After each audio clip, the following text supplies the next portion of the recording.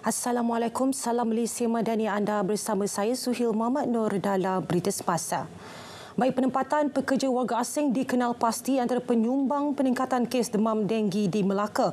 Sehubungan itu, Jabatan Kesihatan Melaka memohon kerjasama semua syarikat yang menggaji warga asing untuk membantu aktiviti membantras wabak berkenaan. Pengarahnya Datuk Dr. Rusdi Abdul Rahman berkata setakat ini pembabitan pihak terlibat masih kurang. Dalam pada itu, menurut Datuk Dr. Rusdi, sehingga minggu EPID ke-39 yang berakhir 30 September lalu, 869 kes demam denggi dilaporkan di Melaka. Ia adalah peningkatan kira-kira 96.61% berbanding tempoh yang sama tahun lalu. Namun tiada kematian dilaporkan setakat ini. Dalam tempoh yang sama juga pihaknya telah mengeluarkan 549 kompaun berjumlah RM274,500. Beliau berkata demikian selepas melepaskan nyamuk Aedes dewasa berwawalca di Pangsapuri Tamatasi Utama Aikero. Sementara itu, menerusi perbincangan Jabatan Kesihatan Melaka bersama Jabatan Pendidikan Negeri telah memutuskan cadangan menutup sekolah hanya akan dilaksana jika bacaan indeks pencemaran udara melepasi bacaan 200. Namun begitu jelas Datuk Dr. Rusdi, ia turut bergantung kepada perkembangan semasa. Berdasarkan laman web Sistem Pengurusan Indeks Pencemaran Udara Malaysia, semua 3 stesen di Melaka iaitu Bandaraya Melaka, Bukit Rambai dan Alur Gajah merekodkan bacaan IPU tidak sihat melebihi 103 bermula 12 tengah malam tadi.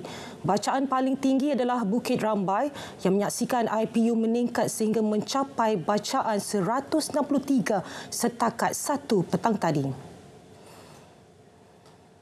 Apabila berhadapan maklumat yang boleh mencetuskan ekstremisme, rakyat perlu mengambil kira nilai tabayun iaitu mencari kesahihan.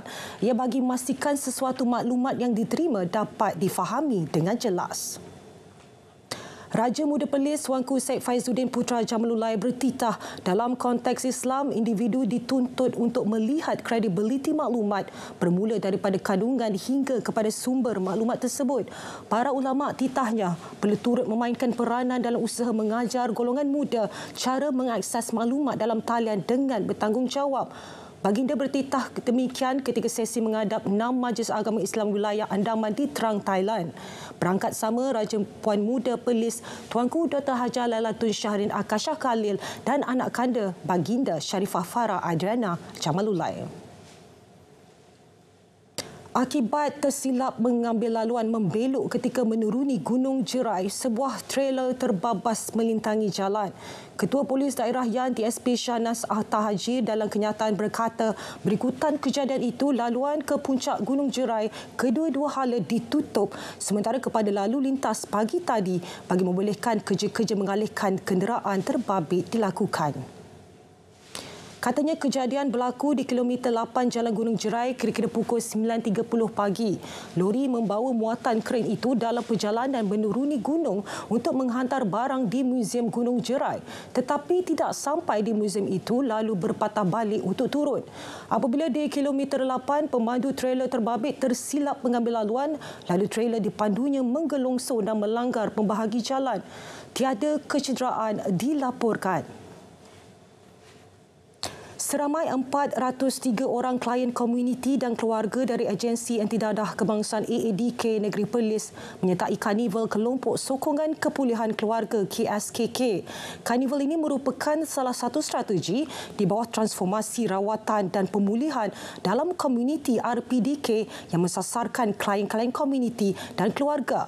Menurut penolong pengarah cawangan rawatan, perubatan dan pemulihan AADK Negeri, Rasyafiq Ilina di Roslan, perkhidmatan ini terus dipergiatkan agar klien dapat mengekalkan kepulihan bersama keluarga selain dapat meningkatkan keupayaan diri untuk menolak pengaruh dadah.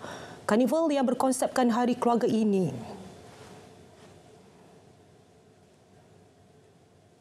sekian saja berita semasa hari ini.